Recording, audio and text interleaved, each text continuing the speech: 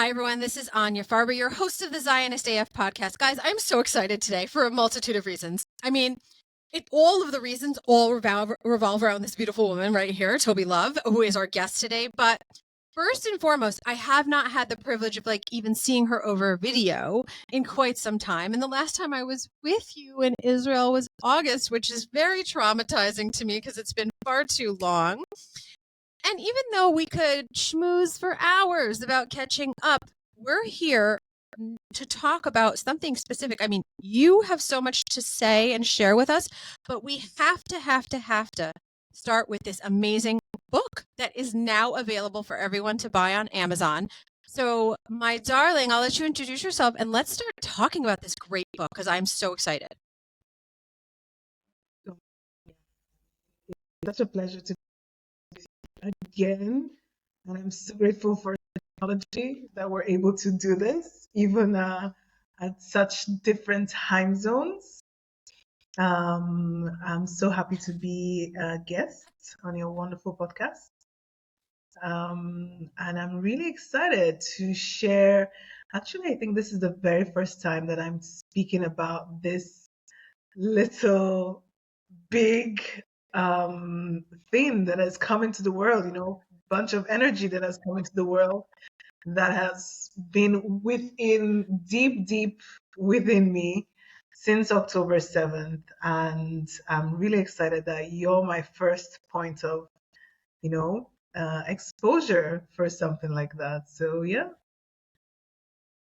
I know. I mean, I think I squealed when you called me the other day and told me about the book and you're like, yeah, let's do it. I was like, but I won't traumatize everyone and make their eardrums hurt.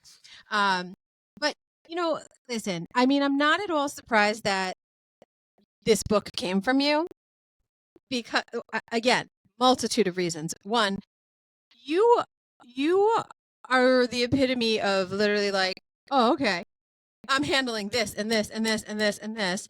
And you're pioneering a lot of things. And, some people know you in the more professional world, other people know you in the more personal world. And what this book encompasses is kind of sort of every aspect of life because really in Israel, sometimes you just gotta you're not like, oh, let me deal with this and then I'll deal with this. It's like, oh, okay, all at once, no problem. No problem. Everything. A club is sad there. And one go. Exactly. And you know what? When I was writing the book, I recall, and I'll give you a sec, and I'll give you a little bit of intro as to why and what this thing is that I spent. And we're gonna show them really quickly. Yes, so it's called Braving So the when they Storm search it out, yep. on Amazon. And I mean, it's very, very different from the persona that I present. So I've been very active in both advocacy, but also business-wise, connecting Israel with most of Africa in business and in advocacy. And I've never been as vulnerable and as open as I was into my personal life as I was through this book. And it felt like something that needed to be, exposed to the world. So when I come and I speak, I usually speak about Israel. I speak about Africa. It's never about me or never about something that, I personally went through besides my Aliyah journey into Israel. And even then, the context of the emotions and the struggle is always taken out of it. Okay. And this time, I just couldn't hold it back. I felt like this is something that needed to go out into the world as a personal journey, but also as a way of healing for women and Israelis in Israel and outside of Israel. And so it was sort of like I was serving as a medium, to this journey that we needed to take as a society, as a people, as an Am Israel, to get past, the horrific attacks of October 7th and even, the year and so the 18 months that have followed and continue to follow since then. I think the fact of how you chose the words of the title is a very good indicator of what people are going to find in this book. Because I know that people talk about like a survival story, but I'm sorry, those words don't, like, that's not really, that's more of this victim mentality, and that's for sure not an Israeli mentality. And I think the fact that listen, every aspect of what you have done, whether it's your aliyah process, everything in a way really does represent the bravery that's within you. And knowing you, I have a little step up on someone else who's just hearing you for the first time, knowing that that's just a fact. Okay, like that's it. It's there, so move on, right? That's the foundation. But there is so many ways that, like, this idea of bravery and braving a storm or braving a situation, which Kol Yisrael, all of Israel, and individually, anyone who is Collectively and connected. individually, 100%. Exactly. And like, in so many ways, people have stepped up because of October 7th. And the thing that is, kind of like the ironic part of all of it is all of the evil that went into creating that horrific and dark, despicable, disgusting day. While it knocked us, it did not defeat us. In fact, it invigorated us, and we are stronger, braver, more together. We're always, look, everyone's always a little divided. Nothing's perfect, okay? This is not Narnia. But overall, what it has brought out in people is also the light, because you don't just talk about what this journey and being emotionally available and transparent in this book, but you are doing it in that sense of light. And that is the best part of all of it, is that this is what we are seeing. And this has been a storm. It's been a media storm. It's been a misinformation storm. It's been, all of the bad things that happen, when the skies get dark and the storm comes, like there is destruction, and that happened, but it's not permanent. And I think that you're like, hey, this is how, not just, oh yeah, hey, this is how I got through it all. Because it's not over, and nothing is ever just finite and done, right? Life is a journey. That derech is windy. It is. And that's really what this book talks about. So I just kind of like, I guess I would say, was it a certain point as you, and again, I'll allow you to share the amount of personal stuff, because we do respect people's personal lives, but depending on, your role in life and in family and friends, it does affect how you see things. And look, everyone in Israel had to kind of pivot, change, step up to a different level. But when you are responsible for other people's lives, right? You have to really change things. And as like moms and as women, I think oftentimes we're juggling so many things at once anyway. But with the additional changes, you've had to, you should be in Cirque du Soleil at this point with juggling, that's what's had to happen. So was it like one specific event that you said, you know what, I'm going to start putting this down, and for my own healing and others? You know what? It's funny that you say that, because I mentioned that in the book. When I started to process everything that happened to me was when I took the decision to start journaling down exactly the emotions that were going through my mind. Because, and here's a little bit of context for those who have not yet decided that they want to, read this book and understand, how much it can even potentially help them in their journey, is that my husband was, first of all, I made Aliyah. Okay, I made Aliyah without my parents, and my husband's parents they're not in our lives. Okay, so in the place where I live, I am totally. That's one level totally of bravery dependent. right there, by the way. We're totally dependent, literally, on ourselves. and my husband on October 7th was enlisted. It was one of those things. When it happened, I was in reserve duty as well. I was a soldier, I was an officer, I was in Yep. reserve duty for 5 years. And it's one of those things that it's almost on autopilot. So I wasn't even digesting the fact that he was going to Miluim. I was just helping him pack his bags. And okay, bye, see you in 2 days, 3 days, 1 week. Yeah. And the week went by, and another week, and another week, and another week. And then you start to realize, okay, this might not be a very short, escalation, just like we know in previous times. This could actually be war. And I remember thinking to myself, because first of all, the kids, there was so much uncertainty. They didn't go to their kindergartens, and you were always in this tense period. And I told myself, because I started seeing myself from the side and how tense and anxious and stressed I was. And I started seeing it on my kids, how it's affecting them. And I told myself that if I don't figure it out, if I don't find an outlet for this, first of all, it was for them. And then for me, if I don't figure out an outlet for this, this is going to end up really bad.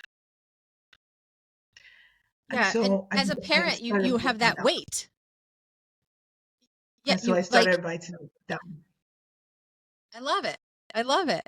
And also, by the way, how amazing that you knew about yourself, because oftentimes not everyone can identify, okay, whoa, my kids are feeding off my energy. I'm tense. Look, as parents, sometimes we have to just put it aside. Put it aside, right? Because you have to do that for the children.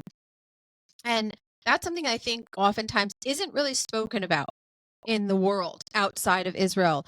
What that day and the most immediate days following, as well as now, what that is doing to the children, because you're like, yeah, okay, my husband went off to Miluim to reserve duty. That's how it is in Israel. Mandatory service, people serve reserve. Yep, that's normal. You're Check, absolutely check. correct. So you're So like, many elements okay, to it. right. But then you're like, that's not adding up. This is not normal. No, it's not.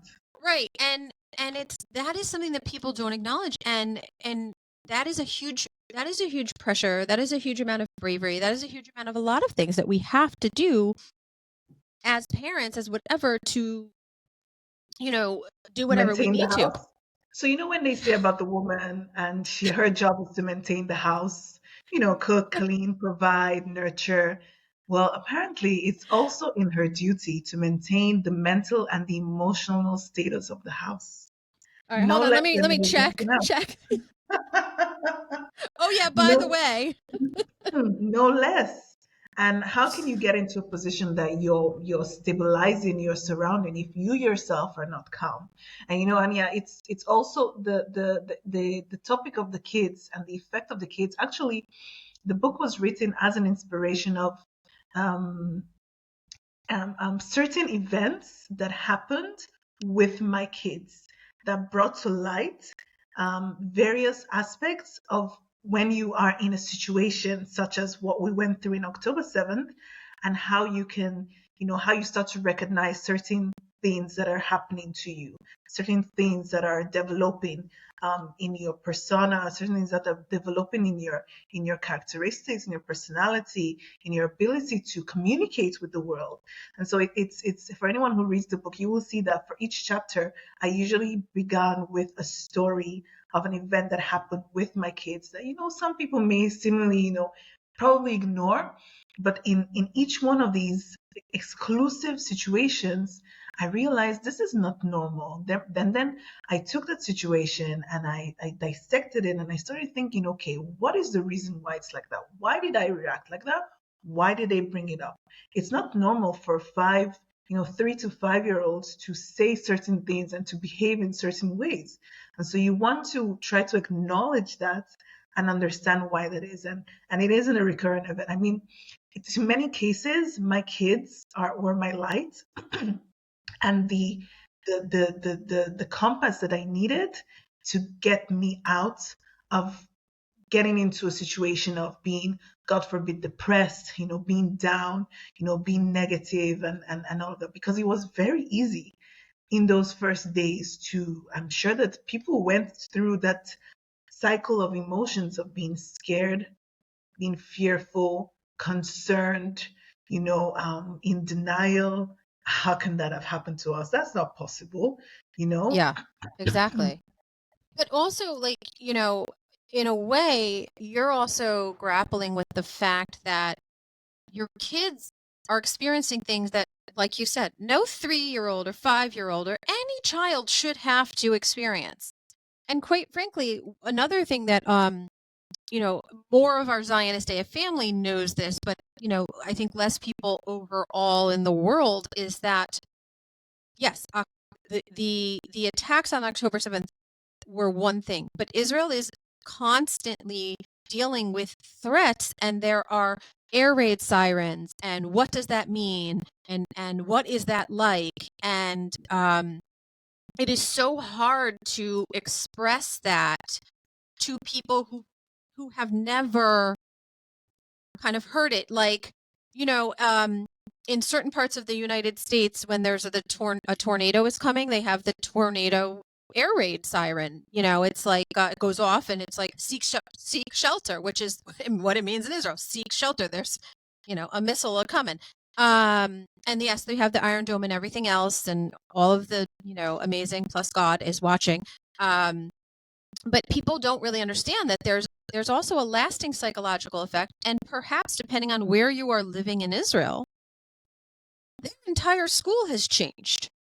There are kids that don't go to the same school anymore because their school was destroyed. Well, yeah. Right, and there are kids who have had to relocate, or the kids who've had parents, other, there's a lot of possibilities, and like you said, you're like, I'm recognizing that my children are experiencing things that, like, it's not like when you become a parent, you kind of understand that, the typical things that you might be experiencing, but, like, I'm sorry, where was that in the parent handbook to deal with this? You know what? You touch upon a very sensitive and a very correct point, in the sense that there was a lot of dysfunction that people had to deal with, and had to deal with quick. Yeah. Okay, because everything was happening at such a fast pace. Now, when you mentioned that you connect to the subject, to the topic of the book, which is braving the storm, which is really being in the storm.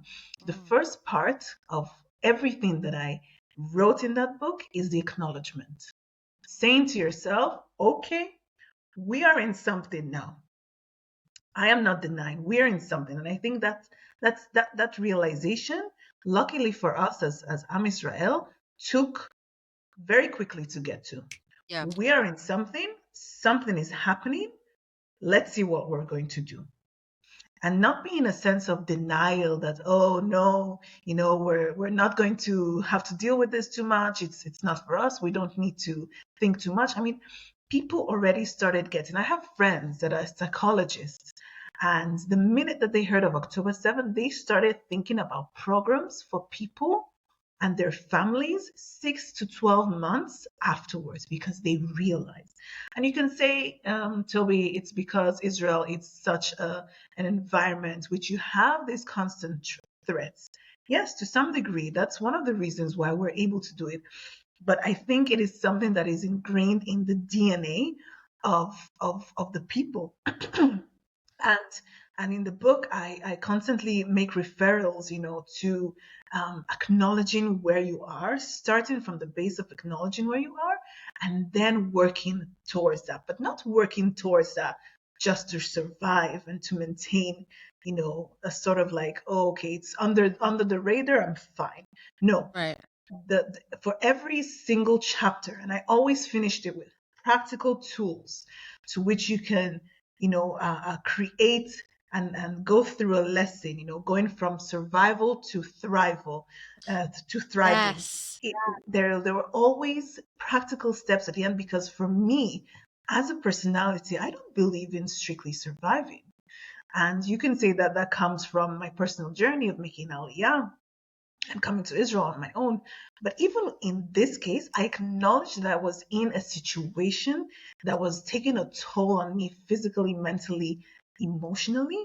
But I decided with myself very early on that no matter what, I'm not going to let this push me down. Even when I'm in it, I'm not going to wait till it's over to start to try and go out of it and pull myself out of it. I'm going to start now within it, make that very, very difficult switch of saying, okay, where can I find even small opportunities to thrive?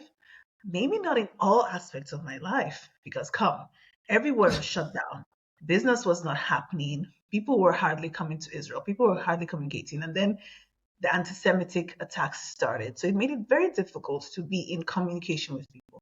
So maybe not in all aspects of life, but as a mother, as a wife, as a part of society, as a friend to a friend, I realized that if I made the decision very early to say, listen, this is not about surviving, this is about thriving, this is about coming about, even stronger. And even more than that, this is about reclaiming my peace. I want my peace Ah, back. I love that. Reclaiming my peace. And and I'm gonna like fancy this up with the English peace, Piece, gum, Peace, because you're reclaiming your piece of, like I'm standing firm, but you're also reclaiming your peace, your inner And peace, also, and your it outer wasn't about peace. it wasn't about denying the hardship. Okay? No, It because wasn't that's about that's that's it, that's not a possibility. You just can't. You can't stick your no, head in the sand. No. because you can say, okay, I'm going to try and survive this, and that by doing that, I'm going to pretend that everything is okay, and that it's fine. But no, it was about acknowledging the pain. It was about accepting it, but then choosing to rise from it. You know, that's such a it, it's so poignant because I think so many times when people won't acknowledge how something is bad or hurtful or painful, you cannot truly push past or through it if you are not willing to acknowledge what it is, what it's doing to you. Because nothing is ever going to stay the same. So you have to acknowledge whatever it is at that point to figure out how to get through, to get past, to get over it, to whatever it is that you want to say. Um, and I think that is exactly it. You're like, how do I reclaim my peace? Well, I got to acknowledge it first. So Exactly. I would ask you, like, of each chapter, or is there one specific thing that you wrote about that stood out more for you at now that you are able to look back at the book completed, knowing that people are Hmm. going to go to Amazon, to get their copy so that they can.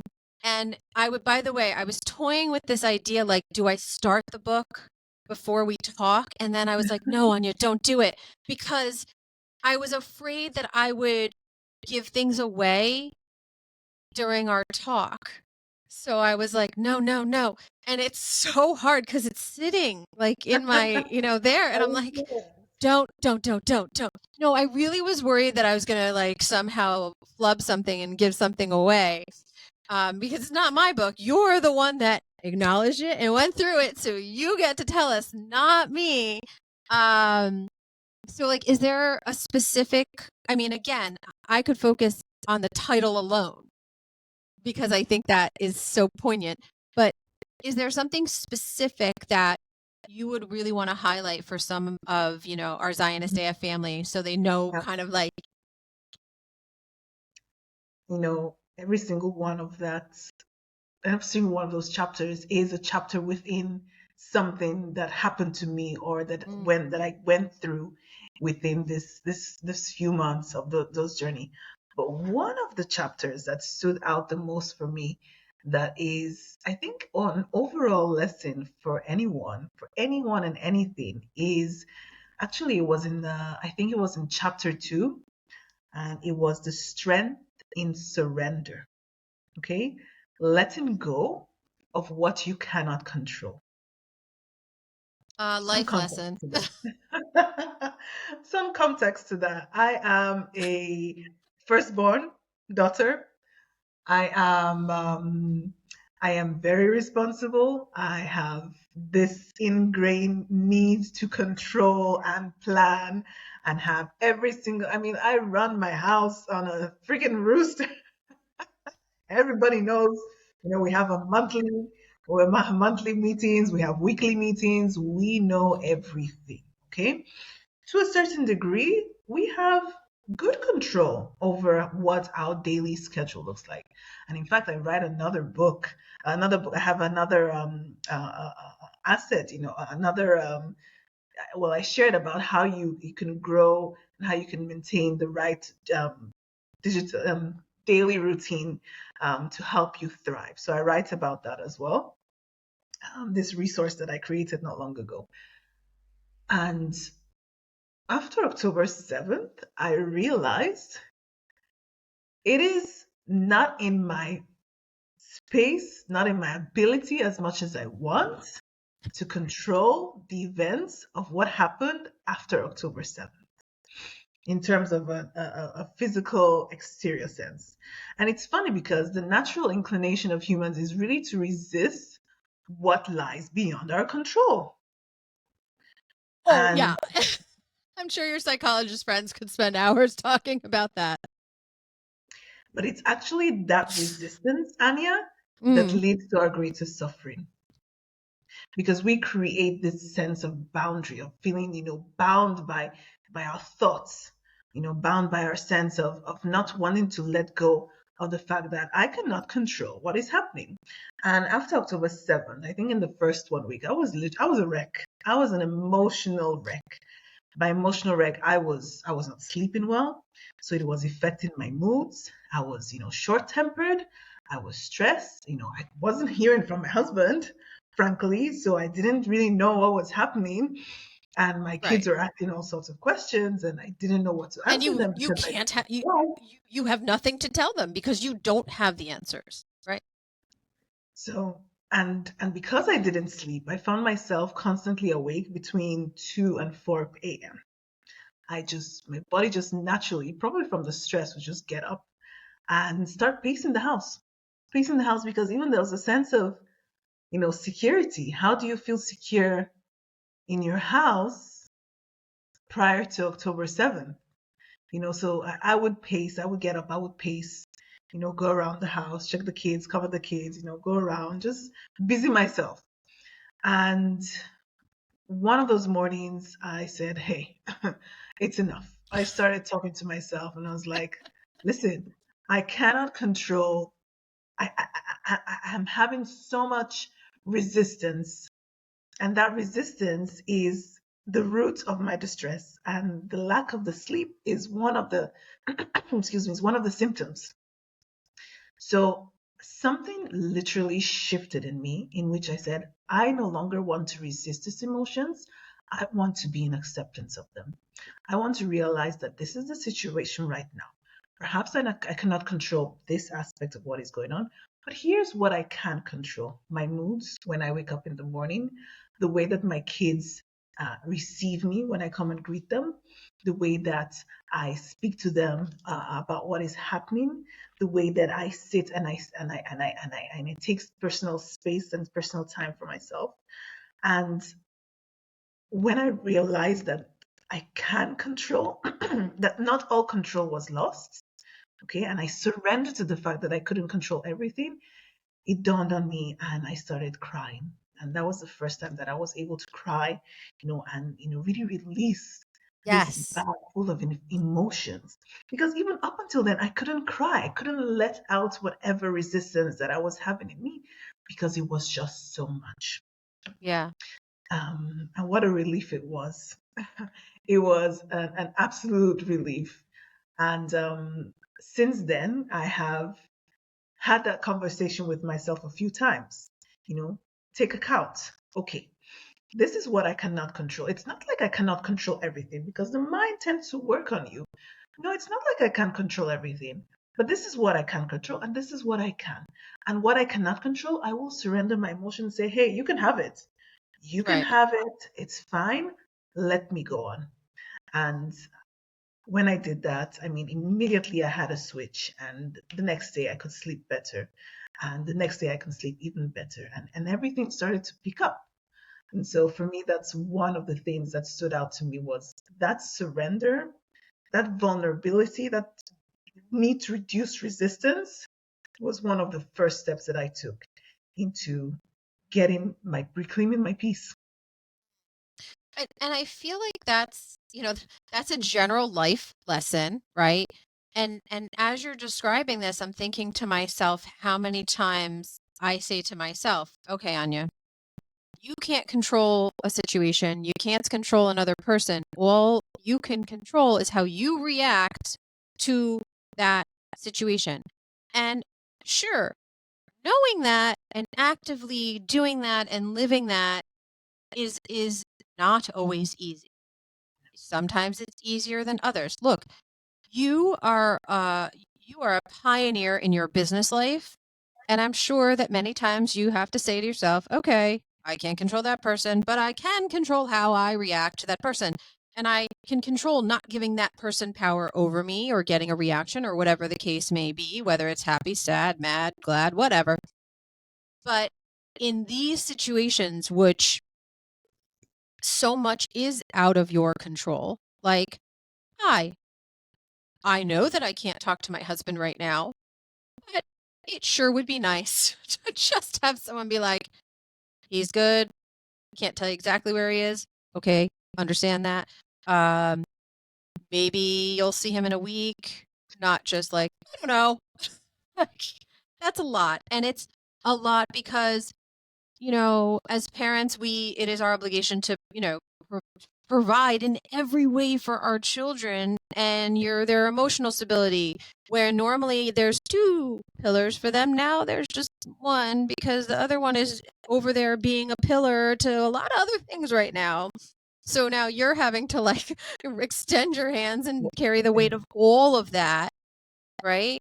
And it's kind of like, and then it does affect every aspect of your life. And, the fact that you're like, I have to consciously remind myself and I'm going to choose to do this and I'm making a choice. And again, that's strength. That's bravery. You're braving this, you're braving every aspect of life. And I think that is a character trait of Am Yisrael, which, as you said before, that Agreed. is unmatched. And I think part of the reason, and I think you have a unique perspective, and I have a similar, having like not been born in Israel, and both of us like coming to, having grown up in other places. And look, there are other countries where service is mandatory. It's not like Israel is the only country in the world where they make service mandatory. But I do think a lot of that idea of being brave, being willing, having maybe more tools to attack that and learning to say, okay, it doesn't mean I'm not going to cry, and it doesn't mean I'm not scared or sad or any of those things, because like I'm not a robot, I'm a human, right? And because there's this mandatory service, it creates a stronger community. And the reaction of everyone in Israel, of your husband reporting to reserve duty, is love, is out of love, is out of the emotional strength and bravery of the people in Israel. Yeah. And that is so, that is something that should be treasured. And unless people are in Israel, even visiting, it's hard to explain, of all of everything. I think and it's this like layered craziness of people dealing with this, but yet showing up to work and doing the regular things and pushing forward. Because as much as like you want to be like, all right, you can't. You could be like, okay, like just a sec. I mean, Sparta code. Like, but it's not like I'll be back in a week. No, Yeah. it's not how it works. You know what? You make an absolutely great point. Besides this book being, and it's a very, very enjoyable, very quick, short read. I didn't want to make too much of a longer. I just wanted to be short, to the point, exact stories, practical steps. Besides it being a therapeutic session for me, Yeah. for me to share my personal experience, I needed to find a way that was not too brash and Okay. too cutthroat to get women around the world to enter into my state of mind, because it's very easy to imagine someone else, regardless of their culture or their ethnicity or their origin. As a mother, it's Yeah. universal. Okay, to step into my shoes and understand what I went through as a woman living in the land, okay, which would help them. It's not the same thing as they're hearing over social media or media, mainstream media, about Israel, Israel, Israel, this entity. No, this is you stepping into the shoes. Even if you're a Christian, Jewish, Doesn't matter. Zionist, non-Zionist, you can step into my shoes through that book, through what I write, and understand what went through my mind and my household in those very few months and afterwards, and realize, even from within that it is something that you can even apply to your life, right? And not just apply to your life, but understand that this is part of our DNA. Okay, so you get to learn about the Israel behind the Israel that is all over the social media. And so it was very important for people that in those first few days, I spoke with a lot of people from outside of Israel. And, they try to understand what was going on, because they saw things happening on social media, usually, and mainstream media, usually to the other end, to the other, Well, other yeah. people, the Yeah. other Yeah. side, not necessarily to Israel, right? Also, not After, not necessarily facts. not Just some. necessarily fact. And so there's what you see in the media, and there's the after effects. There's what happens in the households behind closed doors. And I felt like this needs to be light that needs to be shed upon, everyday women. And like me, there were thousands of women whose husbands were drafted on that day, the day of the week after, never mind.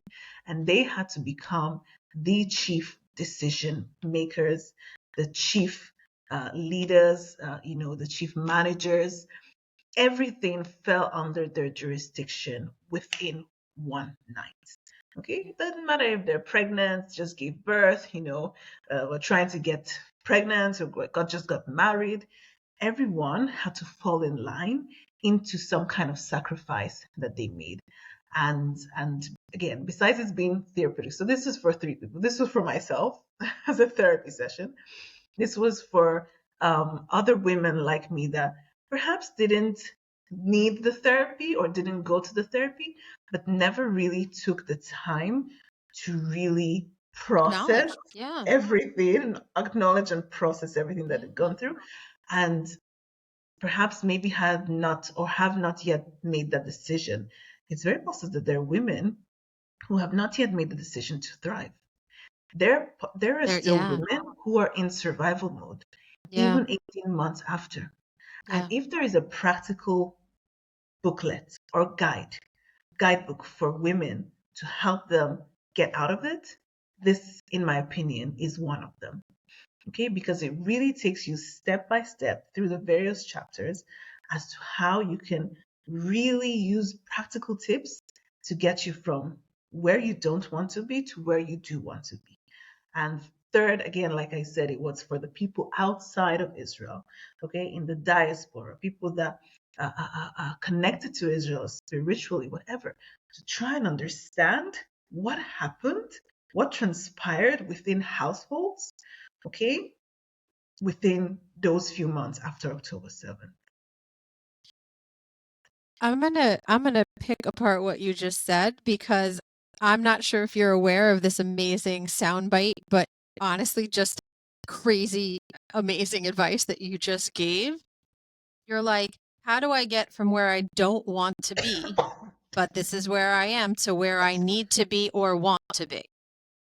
Okay, boom, one. That's it.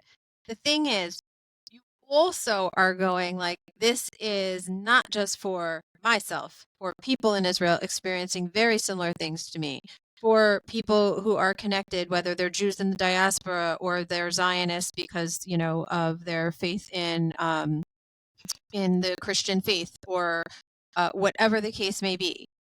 Or there's someone who's like, I don't have a clue. I don't like whatever, can't relate to Israel, but everyone has had hardships in their life, right?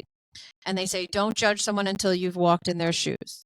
And I think it's often hard and women specifically, bear this burden of like, must for others, must for others, must for others before thyself, which often runs us on empty.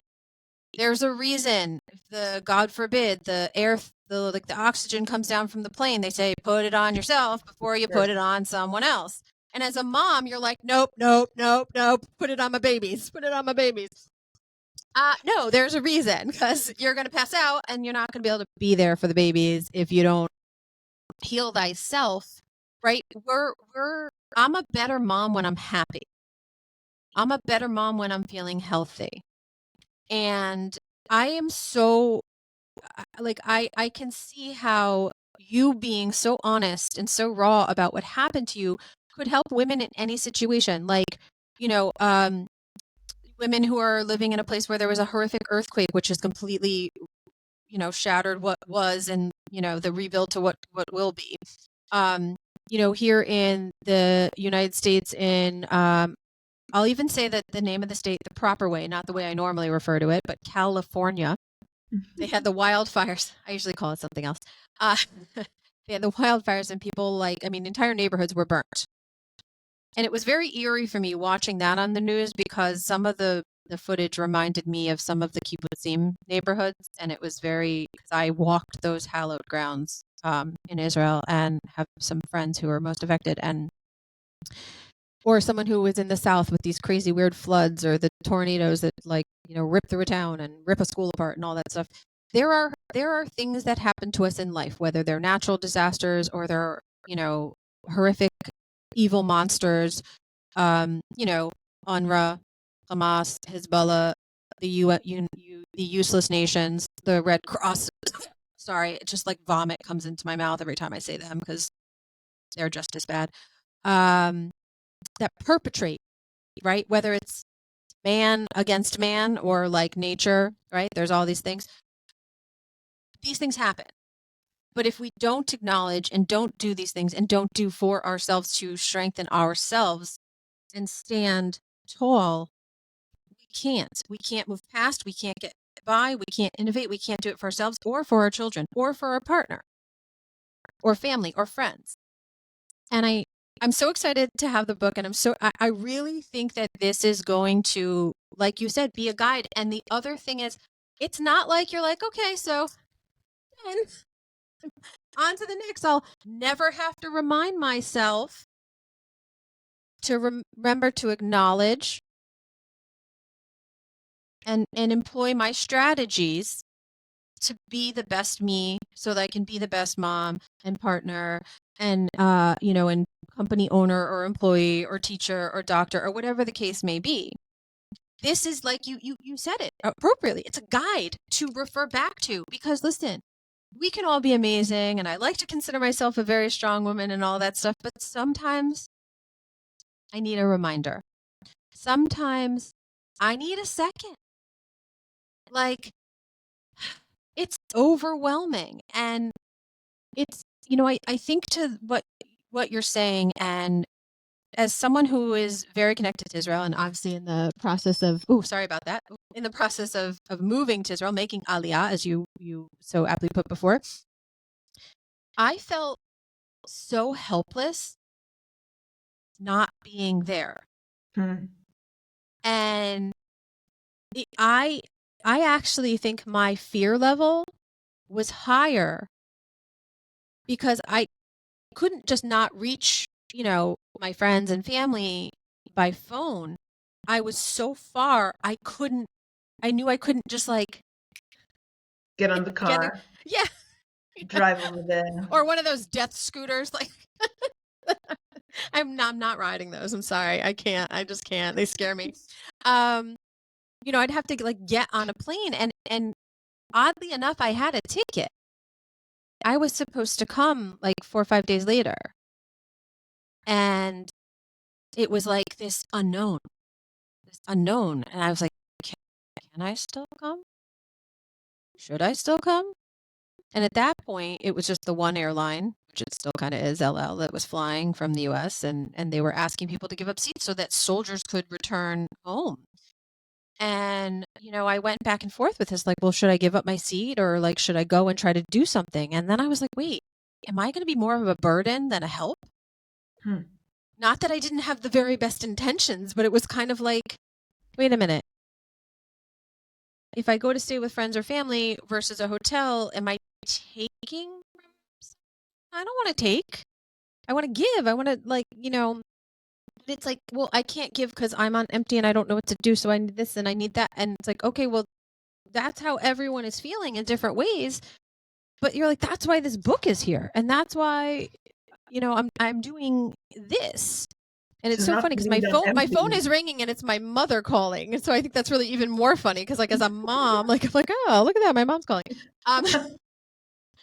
But I feel like this is so practical and it's something that people could go back and refer to because like you said, each chapter is like a specific acknowledgement, an event that happened. Within the time frame of October 7th, as a result of October 7th, but not in complete control of what life is supposed to look like. October 7th Uh, can never be a defining point of what our life should look like in this land. It can I'm never. going to ask It you to will say that never. again. October 7th cannot and should never be a defining aspect of what our life should be in this land. If it is, or if it becomes, then we have lost. Yeah. Okay? It happened to us. We know it happened to us. But it can never be a defining aspect of who we are. It cannot. And I feel like when people read the book, when people visit Israel, they're like, I get it now. I get it. I get it. I totally understand how they are not like rolling over and playing dead. Yeah. It's like you poked an angry bear and now the bears are coming for you. And I think, the lion, which is often represented, people associate that, and it's all over my Zionist AF stuff. There's a reason. Lions are not lone animals. They're part of a pride. Now, pride refers to their group, their mishpacha, their family, their clan, their gang. Mm-hmm. But the pride, the inner pride of our pride of Israel, you cannot shake that. And when one of us wavers a little because that's real, the rest of us are there. Mm-hmm. Whether it's a shoulder, it's a hot meal, it's a laugh, it's advice.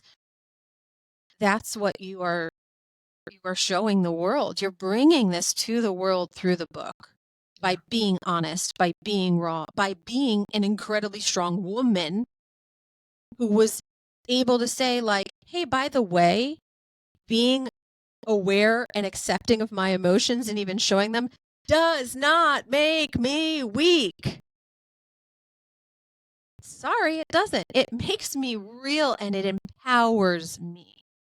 And I'm so excited. I feel like we should like put on the books a follow-up time once we have like I'm going to be recommending like to a bunch of different friends. Like I know people who are in, book groups and stuff like that, book clubs. I don't know what the heck they're called. It's not for me, but like I read what I want to read. I listen to what I want to, that kind of thing. But I can see how this would be so incredibly helpful and even used like in like community centers, family centers for all of that because it is it's real.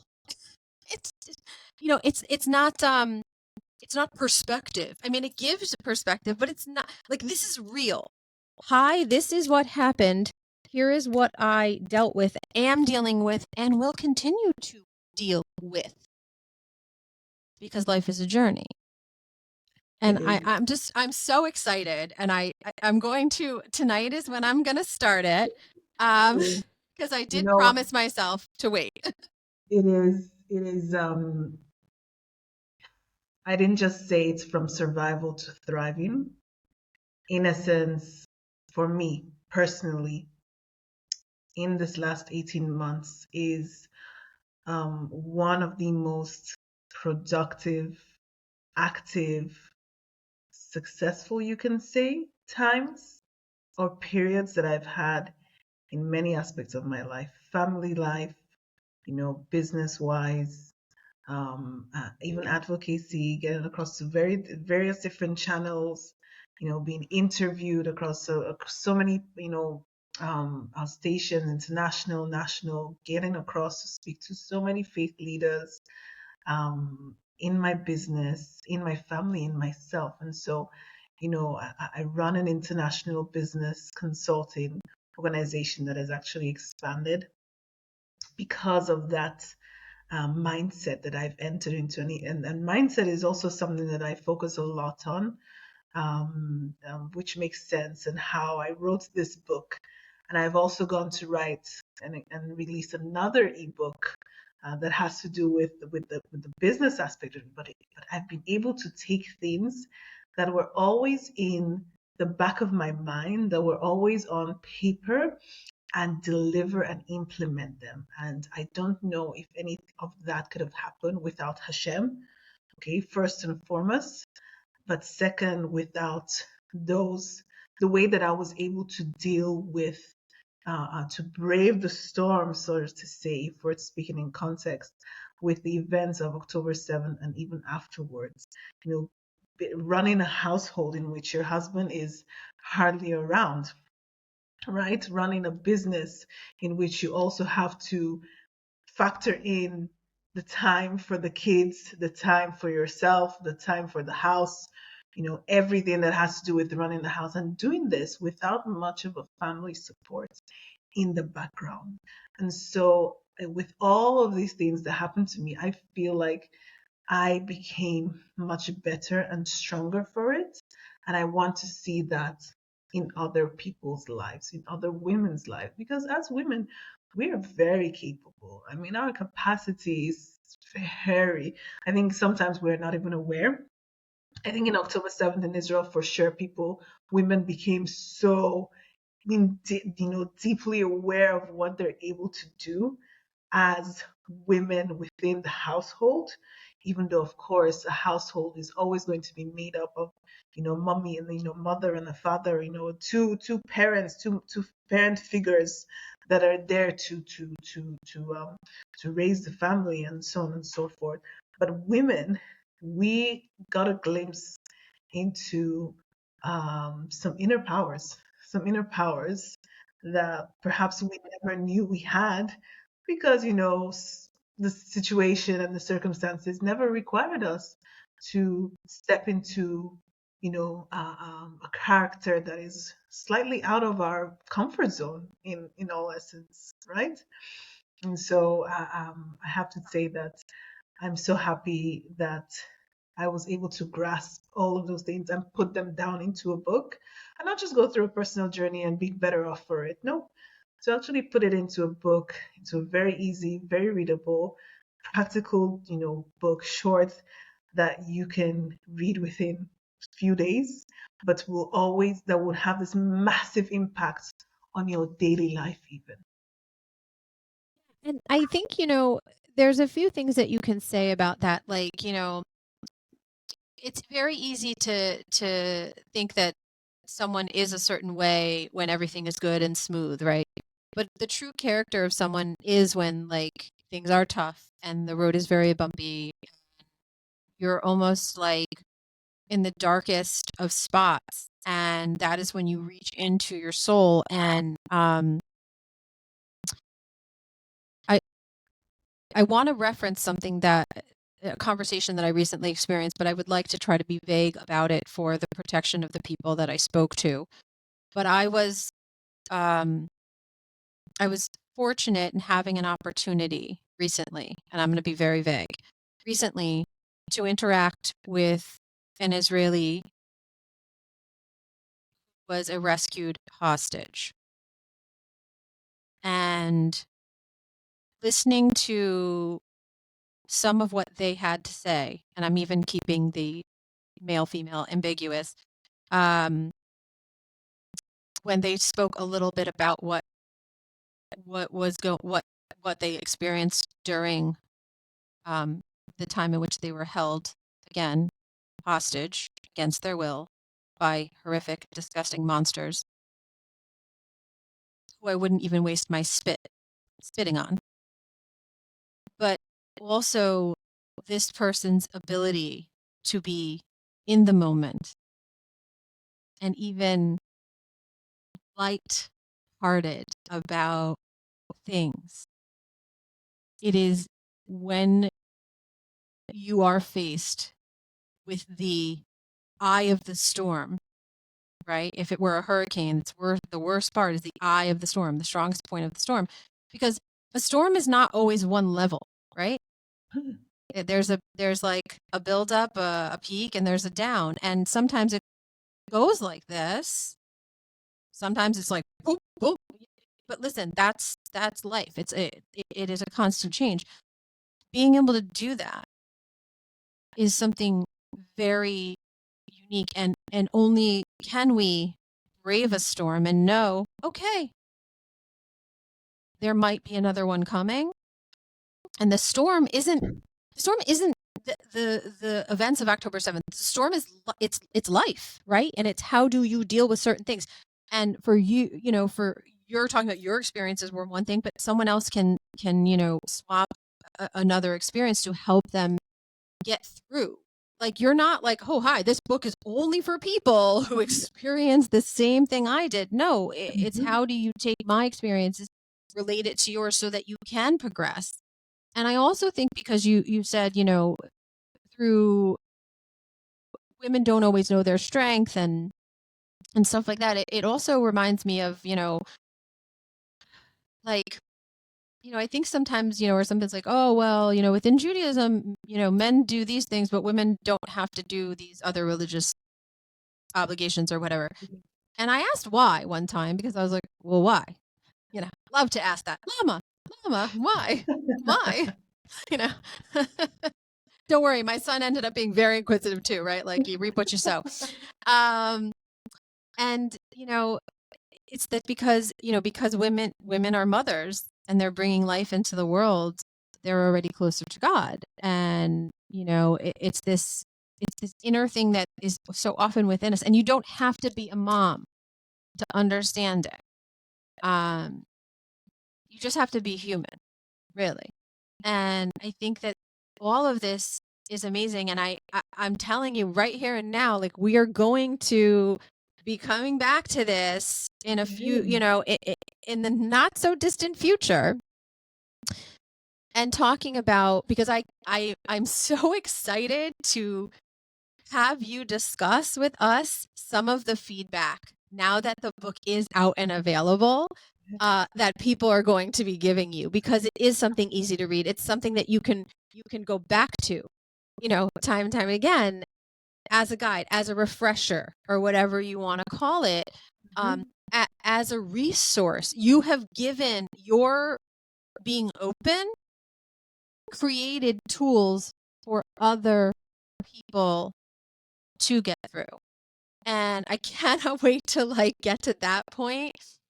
And also, like, I can't wait to hear more about what's going on in business, because I think that there is a crazy tie within Africa to Israel that a lot of people don't really understand or think about.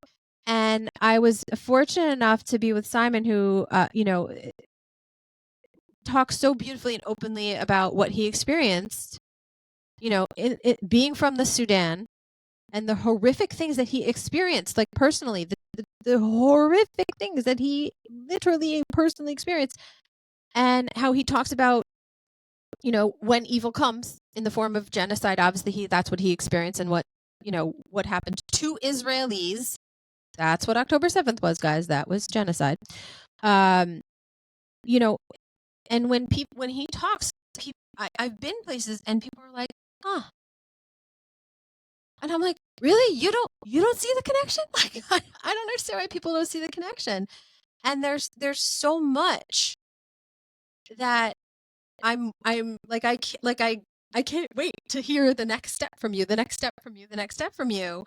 Because I know that there's so much more to come. And I'm just excited for everyone.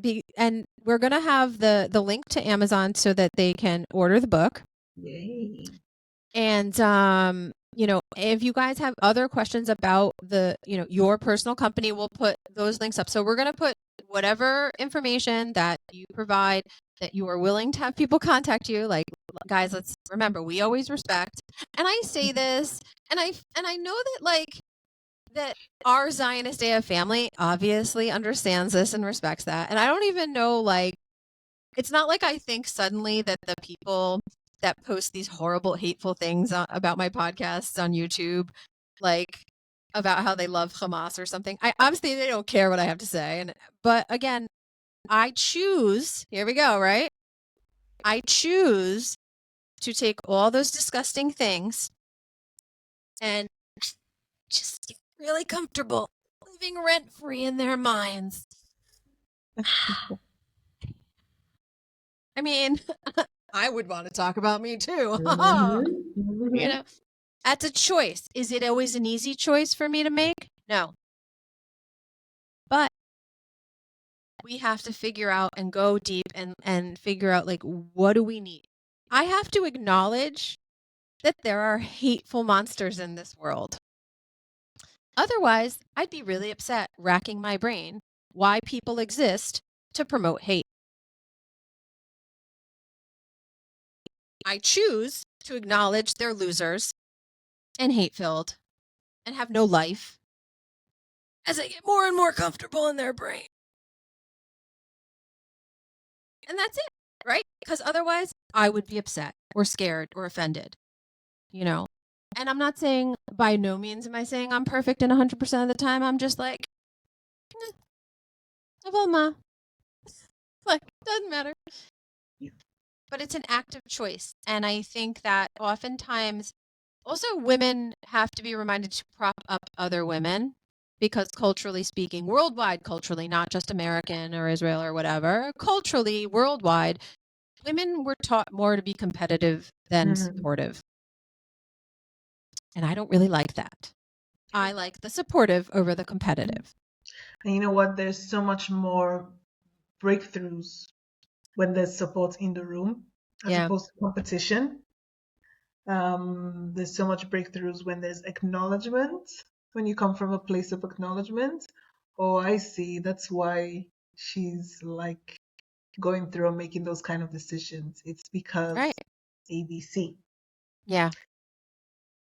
100%. And because you are, Cirque du Soleil level juggling at this point, I know that we're gonna come to a close here. And again, all the links so that people can make it super, super easy to get the book and learn more about the work that you do, with that hat on, or that part of one of your life. I know, right? It's like all these hats or the different balls in the air that we're juggling or whatever it is that you want to say.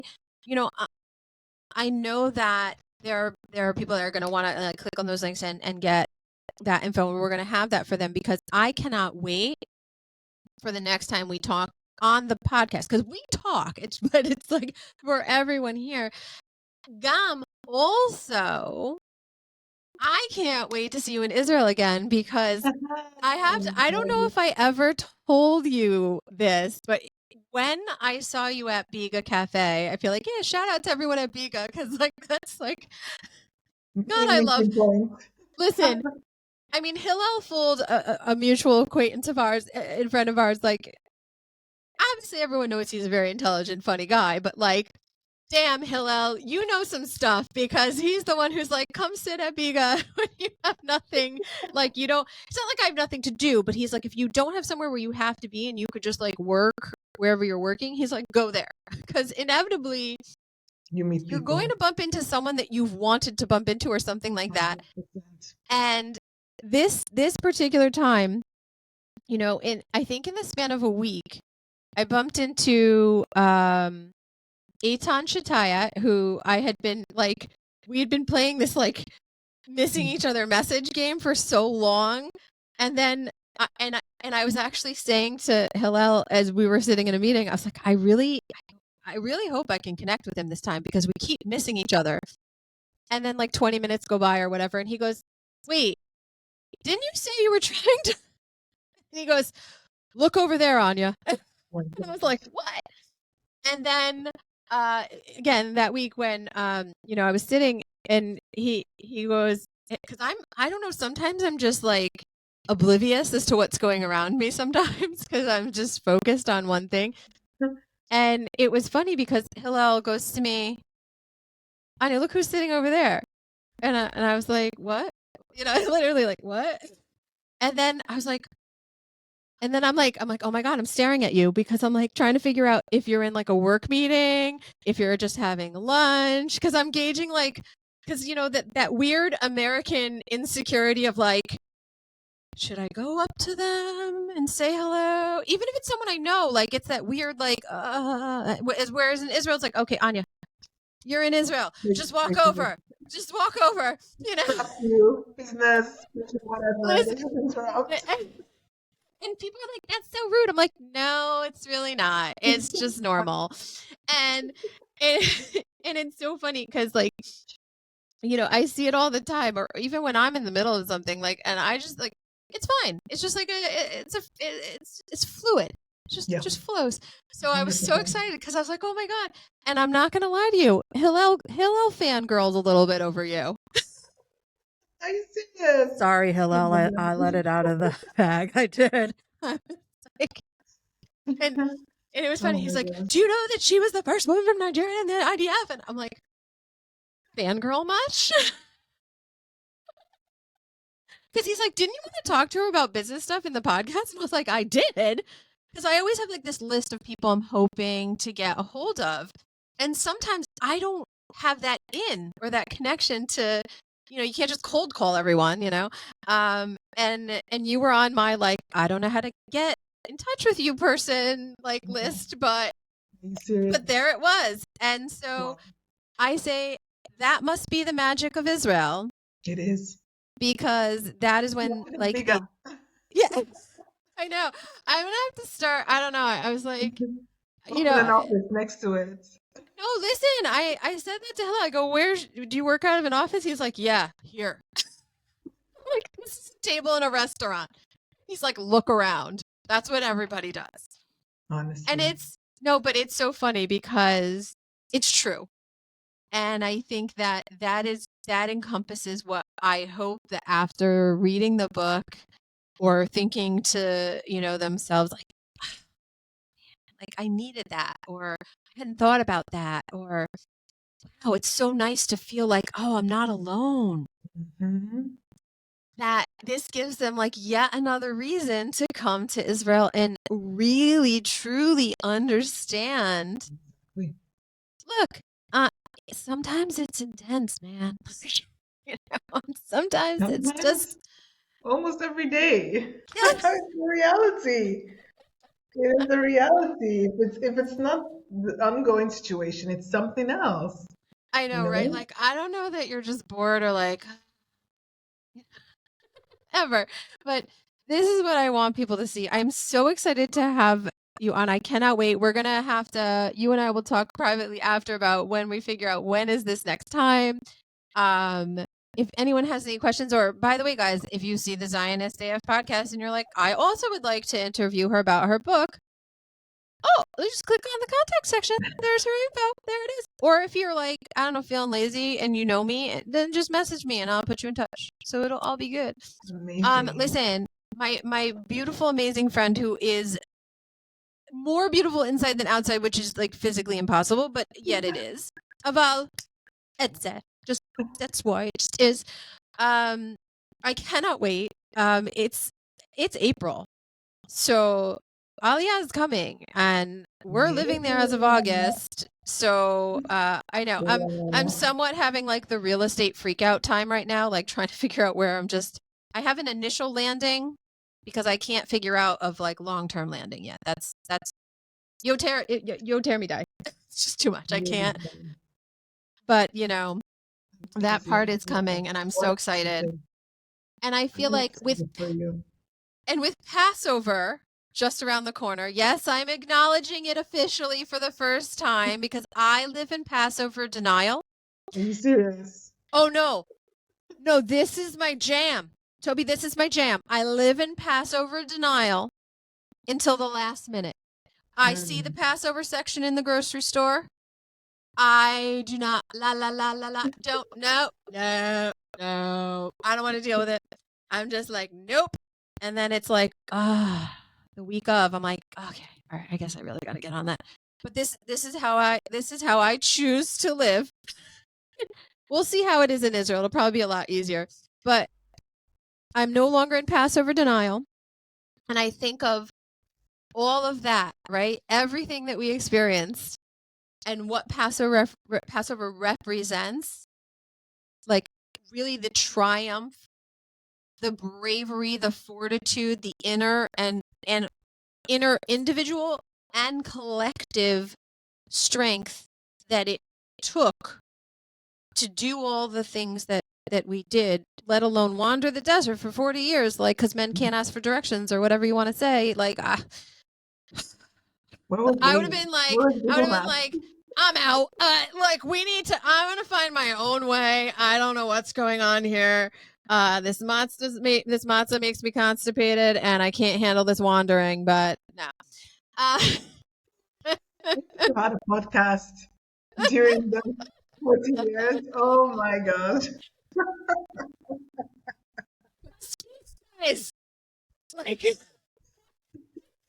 is getting tired. But all of the things that it is, the celebration, because there is celebration after the hardship, and we are triumphant. We always will be triumphant. It's not a one-time deal. It's a constant thing. So I couldn't think of a better time for the book to come out. And even if you didn't plan it, you clearly did plan it to come out around Passover because that's just how it is. Yes. It did. Listen, I'm getting a vibe from Golda behind me. She's saying, no, it's definitely because of Passover. I channel her all the time. When I grow up, I want to be like Golda. Minus the cigarettes. Like, I just can't. That's not for me. But if it is for you, like, kol hakavod, do your thing. Be happy. That's fine. I think maybe a glass of M&H whiskey or something. I'll walk around like that. Just not the cigarettes. But I'm channeling Golda and I'm telling you guys, whether you do this like during Passover, right before, you got to get the book. You got to take it in. You got to learn more about all of the amazing work that Toby's doing and what is clearly on the horizon and I know is coming. But don't worry, Zionist AF family. We'll make sure to get it to you first. Yay. So I'm going to put up the picture really quick as we close because I want to make sure everyone knows how to look for it on Amazon again. There we are. Yeah. So get the book, get whatever you need, all the questions you guys have. Always contact us. I am so happy to have you on as a guest, and I cannot wait to see you. I hope you have a Passover Sameach, and I will see you very soon. ba'aretz bikarov. Very soon. And if I I'm can very say, if I can say thank you for having me, and also a silent prayer to all of our families who are incomplete during this Pesach. We pray that for next Pesach they will be complete, that all the soldiers will return home peacefully, that all the families will be reunited, and of course that our hostages, all of Let our them, people go. will be brought back home. And really, when we sit at the Seder table and we sing and we remind ourselves of the hardship and everything that seems just all too familiar and all too realistic, it will all be just a memory in a very short while. Similar as to how we remember, the great escape and the great tribulation that we went through many, many thousands of years ago. And I wish for healing, and reclaiming our peace back on the land. Absolutely. Amen. Amen. And I learned from Rabbi Matthew, who was our most recent guest, that when you say amen, you are affirming what was just said. I'm like, huh, never really thought about that. But now I do. So amen 1,000 times over. I cannot wait to see you. I cannot wait to bring you back to the Zionist AF family. As soon as we close the podcast, I'm clicking the download button because I was like, don't do it yet, because I knew I wouldn't behave myself and I would read it. So I'm going to be doing that later today. Guys, again, Hag Sameach to everyone who is celebrating Passover. To our Christian friends, it's almost Easter time, my favorite candy time of the year for Cadbury eggs. Not kosher for Passover, but that's okay because we can figure it out and wait and work around that before or after. Yep, lifnei or after. I can't think of the word for after right now. My Hebrew is gone because I was doing a lot of English writing today. So, but wow. It is such a pleasure to see you. Likewise. You were given us such a gift. I cannot wait. I'm going to be recommending this to everyone I know. And guys, again, any questions, all the contact stuff will be in that comment section of the podcast. So there's just, you know what? No excuse. Done. Thank you so much. Listen, have a very good night, and hopefully you'll get some sleep. I will. Thank you so much. That's loading.